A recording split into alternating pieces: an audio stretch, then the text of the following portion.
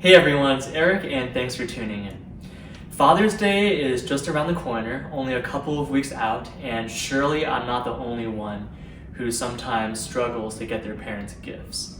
My dad is particularly a little difficult because he might be described as someone who on the surface doesn't really have any hobbies or interests. Now, what really inspired me to make this video was a conversation that I had just a few days ago. He was complaining about not having any clothes or new clothes to wear, and I was surprised because he likes to buy stuff on sale. So I said, why not just go online, buy anything you want on sale? And what he said resonated with me. It was something like, I'm an old middle-aged guy. I might have the money to buy things, but I don't really know what's good. I don't know what's considered high quality these days. How come why don't you help me out and buy something for me? So the point of this video is I take you through my thought process, try to unscramble it, and just maybe give you guys some inspiration and ideas for what to buy for people who say they don't really want anything. Let's get into it. So this is gonna sound like a science experiment, but when you're buying gifts for people who don't really want anything, you really gotta pay attention to the tiny details. So my dad, he's a very cost-effective guy. He's always buying stuff on sale or clearance sale, just in general always looking for the best price. So naturally I think of two things. One, is there anything in his life where he doesn't spend a lot of money, but it could benefit from an upgrade or a more expensive version or a gift of that? Or two, is there anything that might be worth it to him, he is willing to spend more money on, and I could get something related to that for him? His primary form of exercise is outdoor walking or speed walking, and his current shoes for that kind of activity are pretty bad in my opinion. They don't look very comfortable, especially when you're out for a long time. So I think a really great gift for him would be to upgrade the shoes, and one brand that's really good for comfort and aesthetically pleasing is New Balance. Through some research, there's two models that I really like for this kind of activity, the 993 and the 990 V4s. One other thing I want to note is that since he likes to buy a lot of things on clearance sale, these shoes that he has currently included is not typically in the best color, so I think a more neutral color would be really well suited for him. Another gift idea for the loved one in your life might be home goods. So these are two scenarios related to my dad again, but I think you can apply to everyone.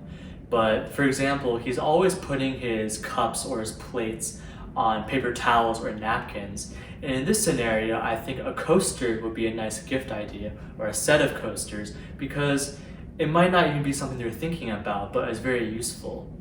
Tangentially, I think maybe a tray to put your everyday carry in would be really nice too, because my dad is always putting his phone and his wallet and keys in random areas throughout the house, and sometimes he spends a lot of time looking for them. If you want to get fancy, you don't need to just get the plastic or wooden trays. I saw some really fancy ones made out of leather on No Man Walks Alone. But the point is, home goods is something that people don't generally think about for themselves, but it can be really thoughtful when done well. Some of you watching this video might be thinking, he's told you in the past that he doesn't want anything, it's hard to get him a gift, so why even bother? Just spend some time with him. He's your father, he enjoys spending quality time with his loved ones. And you're definitely right, I've thought this through already. And one thing that he is willing to spend a lot of money on, or more money on than usual, is with pastries.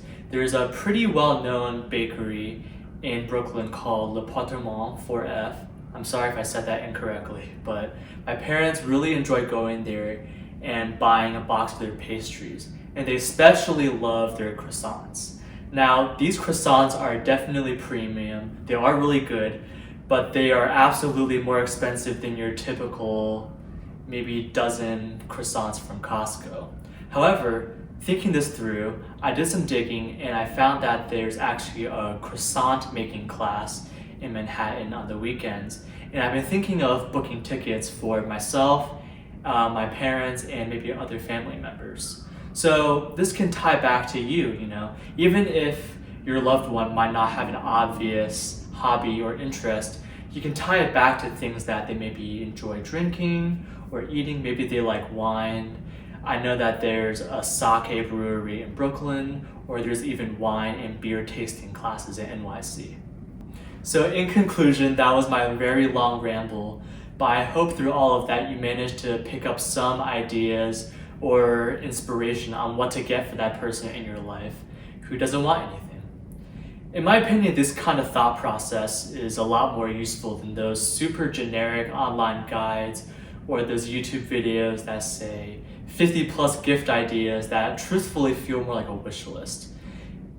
Honestly, the essence of a gift for me should be that it's personal and meaningful and dedicated for that person. You put a lot of thought into what they like, and it adds a lot more character than just your typical Father's Day or birthday brunch that my family usually does. If you have someone like this in your life who doesn't want anything, feel free to leave a comment down below on what you've bought for them in the past. Anyway, please like the video and subscribe to the channel if you enjoyed, and thanks for watching. Have a wonderful day.